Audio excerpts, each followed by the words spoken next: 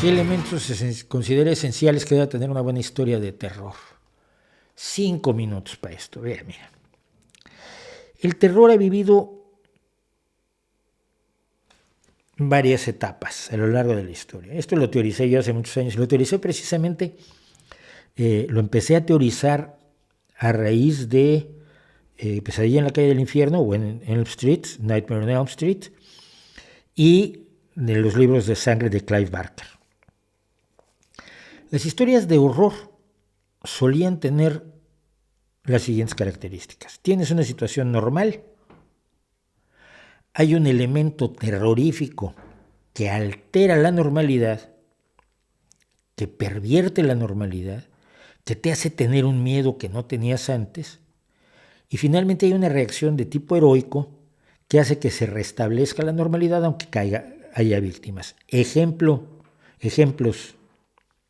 2, uno de ellos es fundamental para la ciencia ficción, el Frankenstein de Mary Shelley y el Drácula de Bram Stoker. En ambos hay un elemento que trastoca la realidad.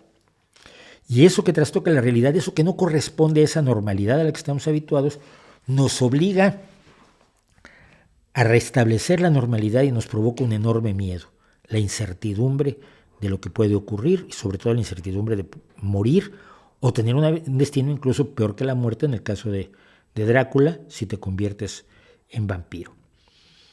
Pero cuando el monstruo se va al Polo Norte y Drácula es finalmente muerto o remuerto por la estaca del Dr. Van Helsing, la normalidad se restablece. Edgar Allan Poe usa un poco menos este sistema porque las cosas siempre acaban mal. Pero solo acaban mal para una o dos personas. El barril de amontillado, para mí me parece el relato más terrorífico que escribió, o El corazón delator. Son historias de terror que llevan a una solución inevitable, que es la muerte, la destrucción del personaje principal, o su ruina absoluta, como cuando se llevan el del corazón delator. Pero el resto del mundo no tiene mayor problema. Esto lo replica de alguna forma Howard Phillips Lovecraft, pero Howard Phillips Lovecraft tiene un ensayo maravilloso sobre la literatura de terror que empieza diciendo: el miedo es la emoción más poderosa del ser humano y el miedo a lo desconocido es el miedo más poderoso del ser humano. Y si no es cierto, está muy cerca de ser real. Es decir, tener miedo de las cosas, de lo que nos puede hacer daño, de lo que nos puede perjudicar nuestras relaciones, nuestras esperanzas, nuestras expectativas, es una emoción enormemente poderosa. Y el miedo a lo desconocido, a lo que no está dentro de la normalidad, es el miedo más poderoso. Por eso el miedo a la muerte es el que dispara el sentimiento religioso humano, según muchos estudiosos y algunos menos estudiosos como yo. Creo que el miedo es uno de los elementos esenciales de la religión.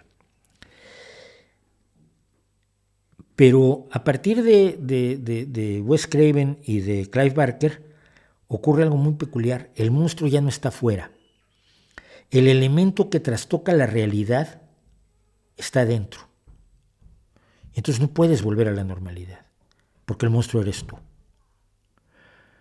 Freddy Krueger no te está persiguiendo como todos los demás slashers de todas las películas horrorosas, estas Viernes 13 que ya las veía uno para reírse, ¿no? Vamos a separarnos para que nos maten uno por uno. ¡Sí!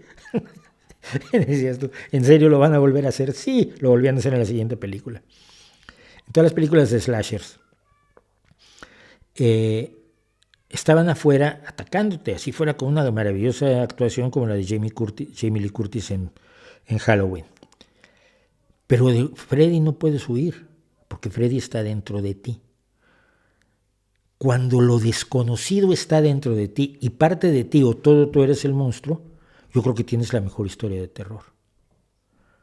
Porque dudas ya no de lo que ocurre fuera de ti, sino dudas de ti mismo. Te hace dudar de ti mismo. Clive Barker lo hace mucho en los libros de sangre y